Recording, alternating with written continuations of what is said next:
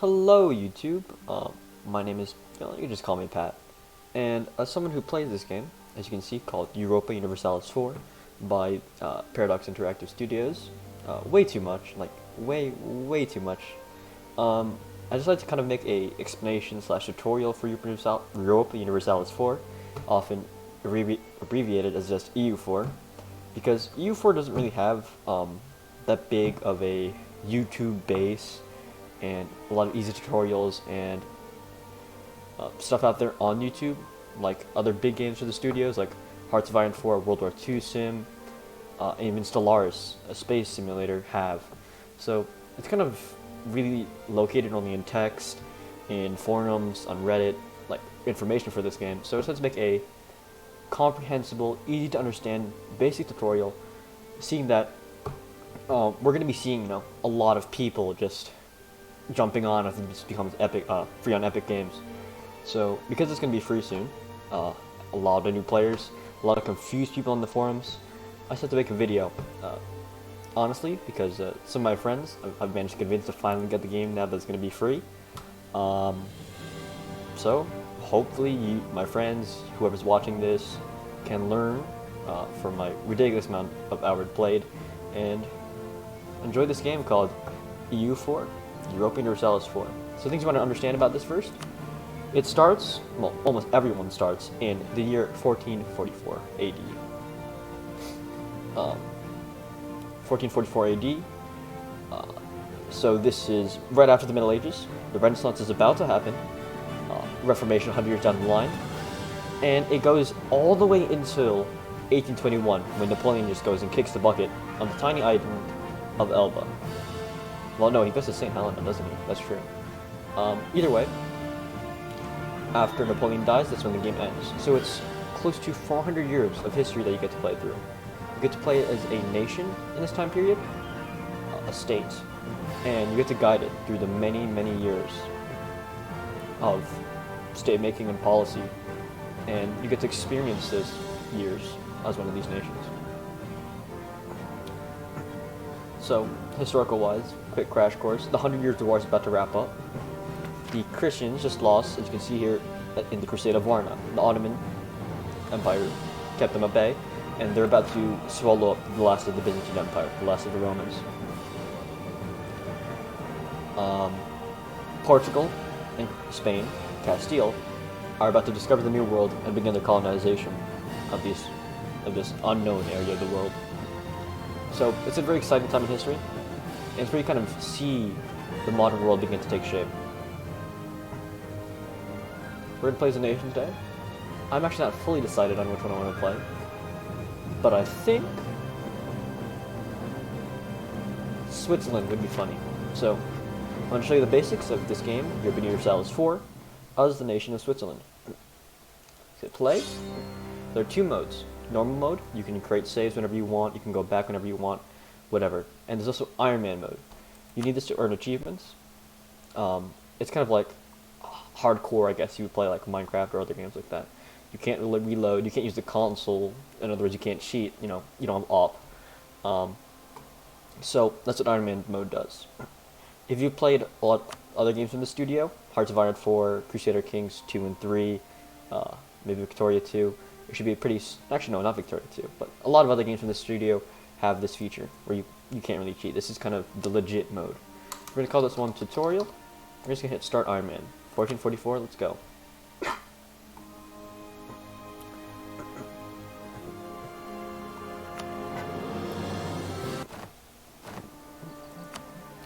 So, we're not even going to unpause. So, we're just going to take a look around the screen and see what's actually here. Well, there's a lot of things. First off, there's a map of everything that you can see. There's nations on it. Hungary is here. Well known France, England, and the precursor to Spain. Of course, Portugal's here as well. Sweden, Norway, Denmark, Poland, Austria. And they exist on the map, and I'll explain more about the map itself in a bit. So, on the map is made up of provinces. So each of these little tiles here click on this one right here. It's going to outline it for you. Freiburg. That's one of the provinces I, as Switzerland, control. So when you click on it, it gives you certain information about the province. It's got 3 tax, 3 production, and 2 manpower, for 8 development total. That means it provides me with a certain amount of tax income, a certain amount of production, and a certain amount of manpower. I'll explain what most of these are later. So, as you can see, I control all these provinces here.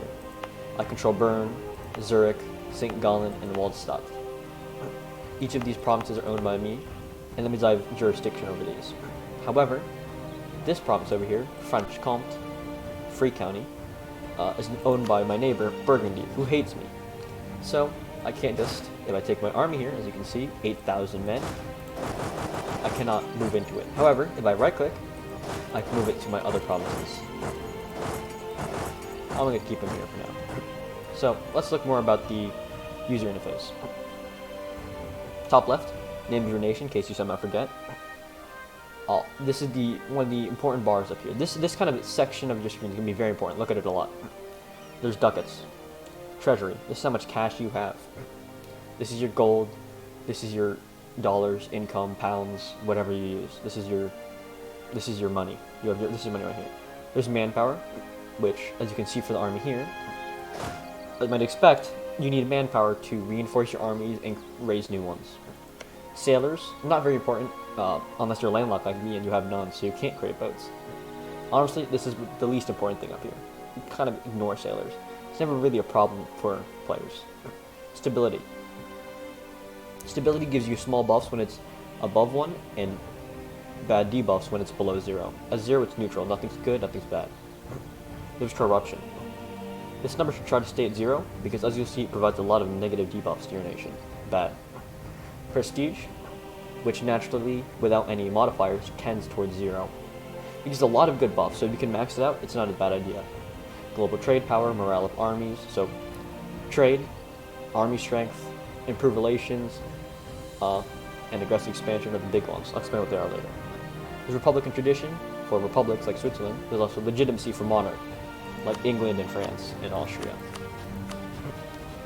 They just kind of give certain buffs, like national unrest being negative is one of the big things. Power protection, which kind of relates to rivals, which I'll look into in a second. So, ducats are important, but the 3 big numbers you have to always be looking at are right here. Administrative power, diplomatic power, and military power. The game runs on this. Also, that is a very bad starting guide. Alright, we got unlucky here. We'll have to roll with it. So, administrative power, diplomatic, and military power are how this game runs. It's how you increase tech, it's how you integrate new lands that you've conquered, it's how you fill in new ideas to buff your nation, it's how you reduce war exhaustion to keep your nation from collapsing, it's how you increase stability, it's how you put down rebels, it's how you do a lot of things in this game. If it's important, it's probably monarch point related. So these are collectively called monarch points. Some people call them mana. So admin mana, diplo mana, and military mana. Or power. I'm going to be using mana because it's just shorter for the video.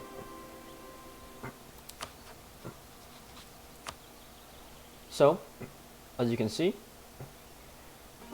this is the map. My goal for now is to expand. There's other considerations. For example, where do I want to expand, how I want to expand, why I want to expand, who's going to help me expand. But the main goal is just to expand. Now we're going to look at the right side of the screen up here. Look at this UI. So there's the date, there's the speed, how fast is the game going to play. 5 speed runs as fast as your computer can take it. If you have even decent specs, this is going to be pretty fast, and as a noob, you might get overwhelmed. I'd recommend running at 4 or 3 speed, and honestly, like that, I didn't mean to do. So if you're running at 5 speed, it's going to go turbo, and it's not something you want to see happen too much. So if you see here, I can right-click on other nations, Bohemia, Austria, Hungary, and Milan here, to interact with them. There's a ton of interactions here. And in order to do any of them, I'm going to need a free diplomat, as you see up here. So diplomats are what let you do diplomatic actions, which I'm going to go over in a second. So this is a very useful thing called the outliner. It just tells you, it's just kind of an overview of your nation. It's an outline. where your armies, your estates, which are kind of your internal management, and where your merchants are for trade. Diplomats are probably the most important thing to see here, so you can remember. For the map modes, there's terrain. No one really uses this one because it's kind of a confused mess. Political, the most common one, so you can see where nations could what nations control what province. Trade. This is a trade map.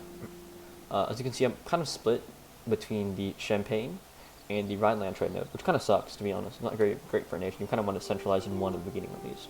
So, because provinces that own Freiburg and Bern are part of Champagne, and some are part of the Rhineland. So these provinces will be getting me money from trade. There's the diplomatic trade mode. Nothing right now because I have no diplomatic relations, but no change that goes on. And here, religion. So most of Europe is Catholic, Orthodox in the east, with Romanians, Serbs, Russians, all being Orthodox, as well as the Georgians. There's also Hussite heretics in Bohemia. But most of Europe is Catholic game start, which will change. There's the Muslims to the south in northern Africa, of course, Egypt, Arabia, and the Ottoman Turks. So, there's culture. It's not very accurate, to be honest, historically, but it does a really good job of making people, conquer historically. So, there's all these different cultures within the German culture, Germanic. There's these cultures up here, Norwegian, Danish, Swedish, Finnish, and the Samian. There's the English cultures here, Welsh, Cornish, Irish, and Highlander as well. There's Francian, kind of the main French, Parisian French if you will at the time. Hungarian, Castilian, Leonese, Catalan, Basque. So this is the culture map of the world. This is how it looks like. There's groups, and you get provinces are outside of your culture group are bad, and they won't produce as much for you unless you accept them manually. There's opinion, how much people like you. These people do not like me very much, and you'll see why. They're the orange spots in the sea of yellow. Because no one really cares. Colonial range, nothing. It's where you can colonize, and as a landlocked nation, they can't do that yet. There's regions. South Germany, France, North Germany, Low Countries, Britain. It's the typical regions, especially for now at least Europe, and the rest of the world. Fort level. And forts are things that take a bit longer to siege down with your army, and you'll see soon. There's the Holy Roman Emperor, or Empire rather, and the Emperor is Austria. And it has jurisdiction over these lands at the beginning of the game, but some of it's controlled by outsiders. Here by Venice, and some by Burgundy and the Teutonic Order.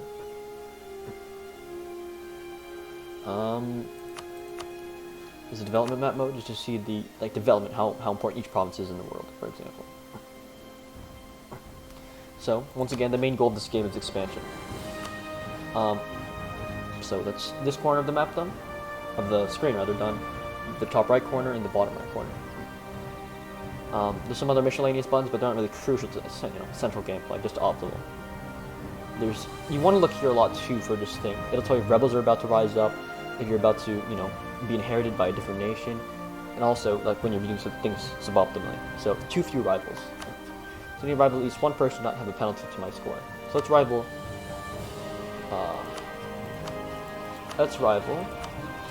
Memmingen. First, let's go look at my actions here, diplomatic. Every nation, I can do the same actions. Well, they might not say yes, but I can try. I can offer an alliance. I can try to enforce peace. Offer vassalization, proclaim a guarantee, send warning. These are kind of just interfering in other wars, in other states. Relations. So if I send a diplomat to Austria to improve relations, they're going to like me more, which is good. I might get an alliance if they like me, because alliances are often based on opinion. And an alliance, of course, is just when they work together with me for wars. Royal marriage, if I was, not a republic. Covert actions, I can build a spy network. This lets me to fabricate a claim and declare on them without incurring massive penalties. You want to do this a lot. Economy actions. Send gifts, issue trade embargoes, sell provinces you don't want, give subsidies, help out in a war. Access, military access. I can't go through Milan, but if I had military access to them, I could. So first, let's sign an alliance with these people. They hate the Savoyards, and because, if you remember, the Savoyards, Savoy, controls Swiss culture stuff, I'm gonna wanna go after that. Let's offer alliance here with Savoy. Now they hate alliance. No, let's offer alliance with Milan rather. My bad. We're gonna try to attack Savoy in a bit. Let's rival some other people here. Genoa, 3 leagues as well, I suppose. For example, important thing, you need a military leader or a general. That's going to cost you 15 military power, which is quite a bit if you do it too often. So I can just use my Republican, my president basically, give him command. So that's not a bad guy. We're going to take that. Boom. We have a leader of our army. So when you click on yourself, there's this kind of general manager. Right? There's your court, just for information. Court. There's your government, diplomacy of other nations, your economy, we'll look at later, trade, technology, ideas, missions, decisions and policies, stability and expansion, religion, military, and estates. So the court lets you manage your mana up here. You could focus 1, so I'd get more administrative but lose more here. Government lets you accept cultures, as I said earlier, and shows us your buffs and modifiers over here. Economy lets you, see what's costing you so much money. So if I turn down my army maintenance and I stop feeding these people, paying for their equipment, yada yada, it'd be a lot cheaper. But they'd be like completely ineffective in a fight. They'd get squashed by anyone, even these 3,000 people over here.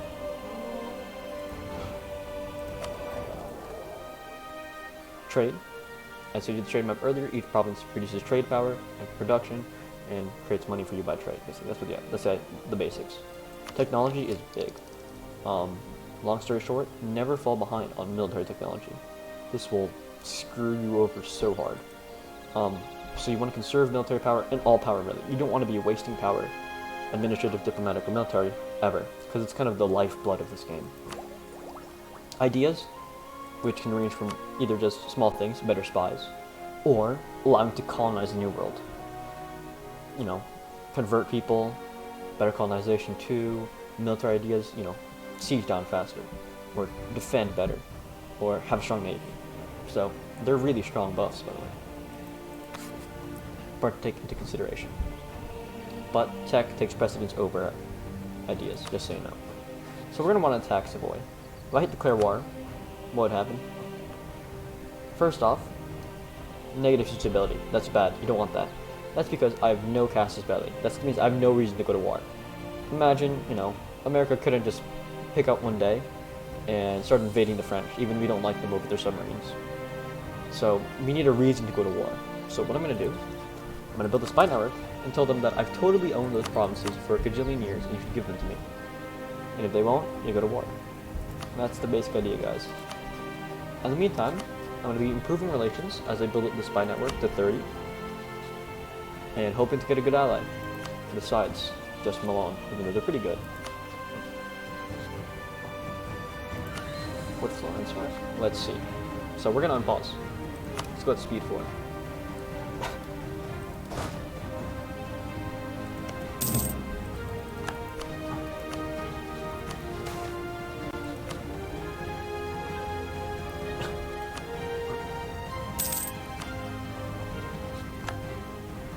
Alright, so they would ally with me. Let's work with this. They're small, but they kind of flank them, I guess. I should be improving relations with someone else. Who is the question? Kuwait support and Merc. All of them does. They would ally with me. Yeah, they're a free state. We'll take that. Free city, rather. So, I'm just going around trying to build alliances so I don't get attacked. The Palatinate, they're pretty strong. They're allied to Hungary. Let's improve relations. Maybe they'll ally me in a bit.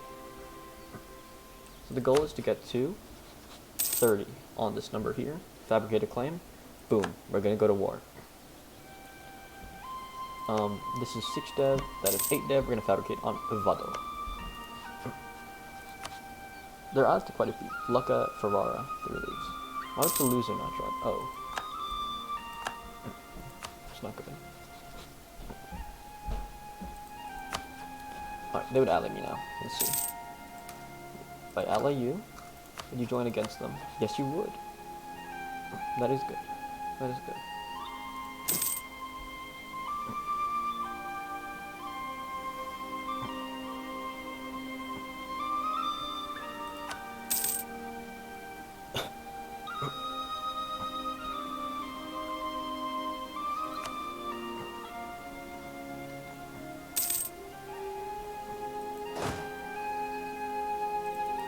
to access from here. So you see right now, I can't actually move my troops to the lawn, even though we're allied. But I go ask for military access, boom. They would just let me walk straight through. We're gonna do that exactly.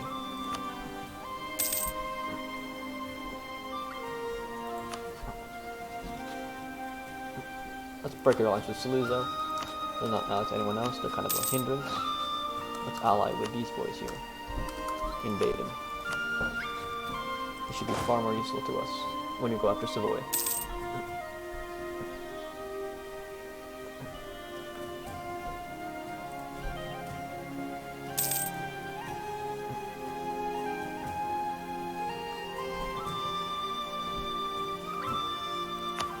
Speed up a bit. Hopefully we can get this a bit faster.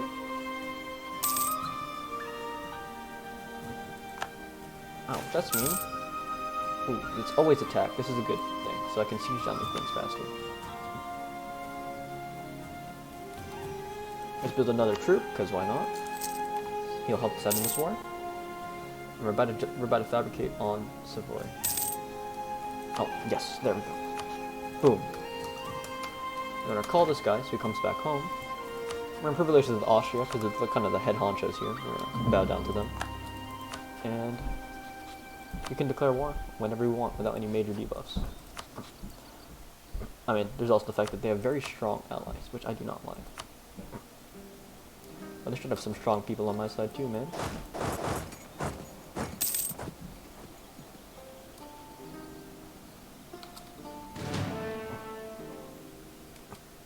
So, let's declare war. Let's go do this. Let's go expand the mighty Swiss Empire. So we're going to declare war for Vado. So this is the war goal. We're going to call everyone in. Everyone is hopping on this war. 19,000 to 25,000 total to 18,000. I think I like my odds there. But they have high possible strength. But we're going to go in. We're going to go in. Alright, we got those guys. Can we get here in time? So, if you checked, oh, I was hovering over, I should have shown you. This fort, let's go down to speed 4. This fort was mothballed when the war started.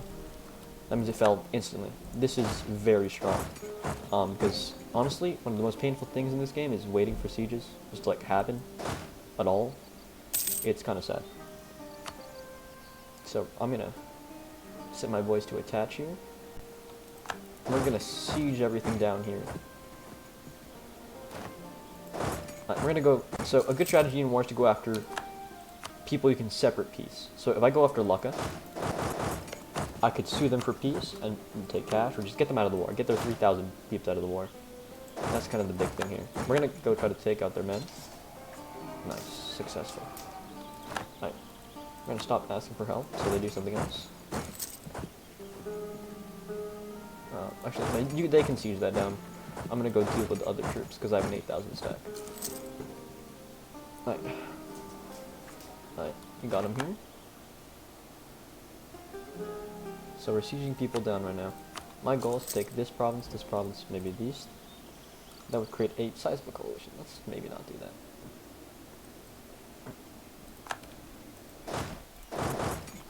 Alright, spawn in another troop so I can more reliably siege stuff down. Oh, great, we got an important siege. That's pretty big, honestly.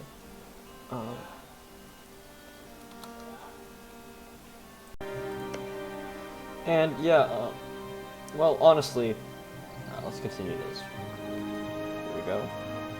Hopefully we get this siege. But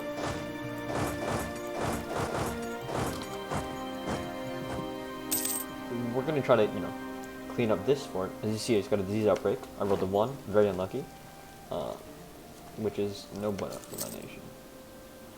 We're gonna try to get the siege here. Their capital, actually. You hover over it, says the capital fort and the, a normal fort as well. And we're gonna see if we can defeat their nations. No, the Ulmers left us. We still have the loyal Milanese on our side. The Palatinate, however, is starting to wane. No, Magusta. So is Baden. Where's Baden? Oh, there's siege on that. Let's go secure that siege. Oh, that's not good. Please go up.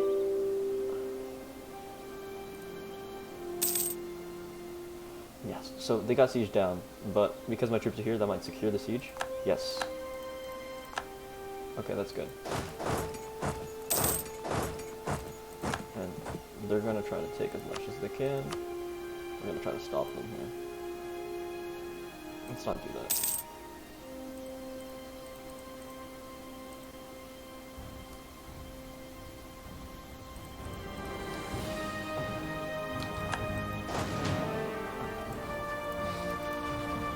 Let's go take some cash from the Lucca. Nation of Lucca. Let's take some ducats from them. Increase our cash, our treasury. Let's go take this as well. Let's get some prestige too. Reduce the amount of aggressive expansion we take. Ferrara can...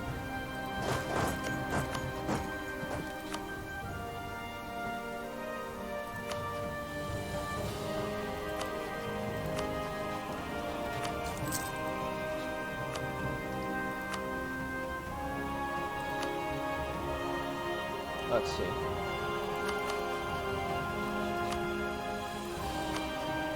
Let's get them to break their alliance too. Let's actually just go for it a bit. There's no... I have the upper hand here now. I can afford to wait. They got nothing on. Ferrara's a medium enthusiasm. If I go siege down their one province here, they're gonna go down to very low. Let's see. Geneva's though, not for activists though.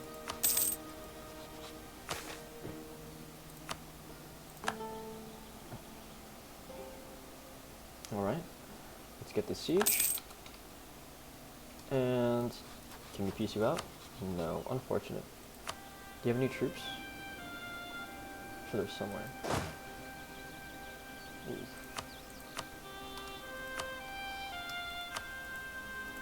Let's go break your alliance with the 3 leagues. And I misclicked. And I misclicked again. There we go. It's about as much as they're willing to do, plus some more gold.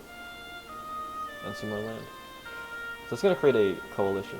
So what we're going to do is actually wait till December 31st and make the peace deal.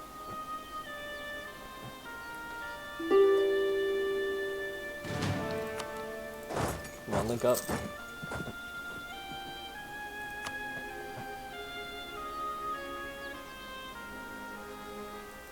We're gonna go ham on them. Here we go. Destroy those names. Right, join me. Hey, join me. Please. Oh, we won. Nice. As you casualties, but it's alright. Let's not keep the same guy. He's kind of trash. Let's get a diplomat candidate here.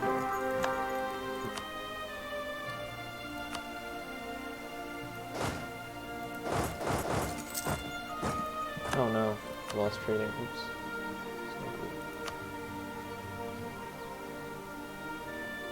Oh, let's just leave.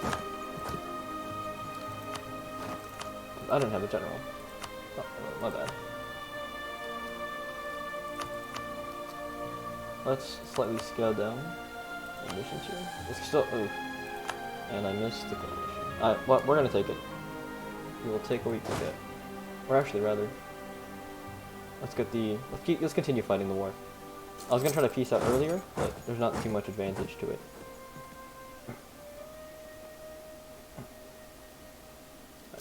The Platinate is still sieging them down. Still high enthusiasm, that's good. We get Ferrara a bit lower, that'd be good.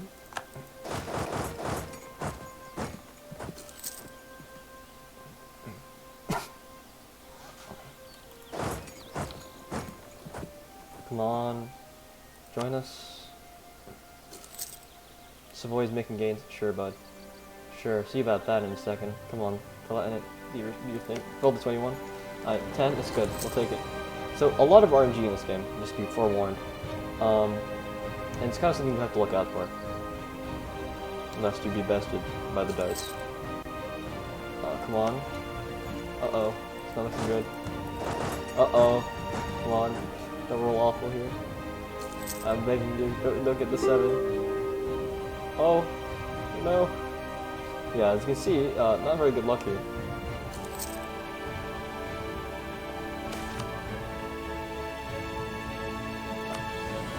Oh, please, no, they took it. They took the property before we took this one. Awful. Alright. Alright, we can get this siege here. We get lucky enough.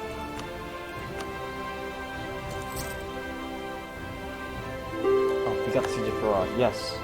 Alright. Some gold. Some more money. Let's also make them annul some stuff. Do you any more from it? Yes, you would. Dance to my tune. Alright, they missed some prestige. So, I might be able to do this trade deal finally. Any coalition? Yes, still. Yes, coalition still. Sad.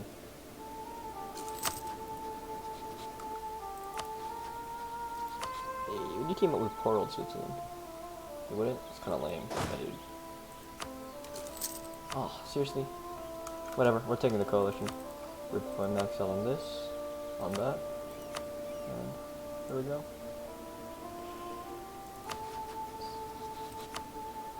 Land annexed. There we go. Switzerland has grown. So if you see here, actually, let me undo that. So I annexed land, and several things are about to happen. Okay. So first off, aggressive expansion, i.e., a coalition. Once you go over 50 aggressive expansion, and they have a negative opinion of you, this number is negative, and I have negative 52 aggressive expansion, they can join a coalition. You're going to see as soon as the month ticks, which when, you know, diplomatic attitudes update, boom, red, they're going to join a coalition against me. No bueno. No, no bueno. So, that's one thing. Other thing is down here. This land I have, it's not really, like, integrated to my nation yet. So I'm going to take this and core it using administrative power. So this is why it is pretty important to have administrative power. I have some war exhaustion. I can reduce it if I need to using diplomatic power, but it's not really necessary. I can just wait for it to slowly go down because I'm at peace. I can use military power to handle the rebels coming up, but hopefully I won't need to do that either. Through that corruption, because the 0.47 corruption that we have right now, as you see, it's making things cost 0.4 more, which is bad. We want it cheap as possible. So let's unpause, and I'm gonna speed it up a bit so we can get some administrative power. Austria, please like me. Please no, why you do this? No, don't attack me, please. Alright, let's get another, can I get another ally somewhere? I'm allied with 4 people right now. I can get one more with them. No, that thing would die actually, my economy would. Actually, they're not hostile. They're not hostile, okay, that's fine, that's fine. They have a cast ability on me, and Hungary, okay.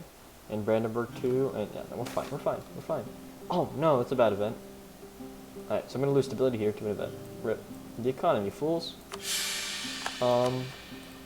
Yeah. So, we're gonna take even bigger penalties here. I need more administrative power. As you can see, having power of any kind is kind of big. Actually, let's get this stability cost guy. It's gonna cost us some cash, but we can take the hit. Let's put down our army maintenance, so I can actually make money, and if I click here, I can mothball this fort. So it's not effective at all.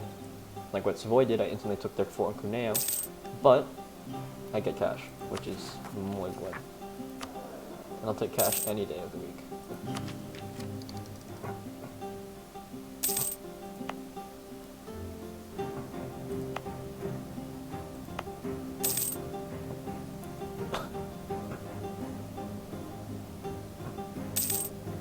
I'm gonna have rebels here. Nah, that's not good. Oh, now I'm gonna start building some spy networks in neighboring countries. Start getting ready to expand into them. Brigands wouldn't be terrible if it wasn't allied to my strongest ally, Milan. So I'm gonna after 3 leagues after my truce is up. Then maybe brigands up, you know, if I can finagle a way to get Milan to betray them. I'm probably gonna want to finish Savoy as well. So fabrication on them might be due. So boom. This is now a state territory. There's unrest, and there was gonna be rebels, but that's fine. And I just, oops. They're not gonna like me about that. But I have a claim on them now, yay! They continued suicide. They're gonna be unrest and rebels. Thanks to stability, an event I got, of extension from the provinces I didn't core yet, Valais and Bresse, and just from separatism being recently conquered.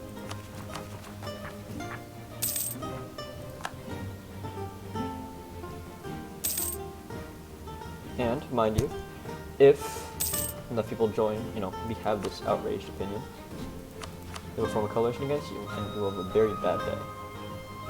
So, recommendation? Don't let that happen. Have strong allies, yada yada. So as we're waiting for time to go by, and for my provinces to core, I'm just going to say one main thing. Europa Universalis 4 is a game you learn a lot by just kind of playing. That's the best way to put it. So that's terrible advice, but honestly, trust me. I learned this game by playing as Scotland literally 25 times in a row, and slamming my head against the English, who are 3 times as strong as me, until it finally worked, until I finally figured out, how you properly play this game. So, E4 is a lot of trial and error. You die a lot, especially when you're new. You lose a lot more men than you should through attrition, especially when you're new. You take too much land and get a coalition that, of all of Europe try to, bang your nation out of existence, especially when you're new. You do stupid stuff, like fight the Ottomans or the French, especially when you're new, or rely on the English, again, especially when you're new. So, don't worry if you kind of suck, especially in the beginning. It's kind of the process of being an 84 player, sucking really hard. And eventually you're like, wow, I've come so far. I only suck moderately now. What's that gonna feel for the rest of your life? So, for this game, 10 out of 10, would recommend. If I'll be trying to do some more advanced videos or something, or any specific tips, recommend in the comments, or just not really sure. I might do playthroughs, might continue the Switzerland game and try to get its achievement actually. But we'll see. It's E4 is definitely a game you learn best by just playing. Just play through it, die, play through it, die. You get frustrated. It's kind of addicting, just playing as a nation, having that much control, and it's just interesting seeing how the world develops. So, 30th September, I have a game. It's going to be free on the Epic Game Store. I'd recommend getting it. If you want to play multiplayer, maybe put a comment down below. We can figure it out, because DLC, Paradox Interactive Studio Games, transfers over through different. If the host has a DLC, rather, everyone, even if you don't have the DLC, gets to use them, which is honestly a great policy. So, hopefully, you'll pick up the game. Maybe you'll even like it. Maybe you'll become addicted like me. But it's all a matter of time, and you'll never know if you don't try. So, hope you have a good day. This is Pat, signing off.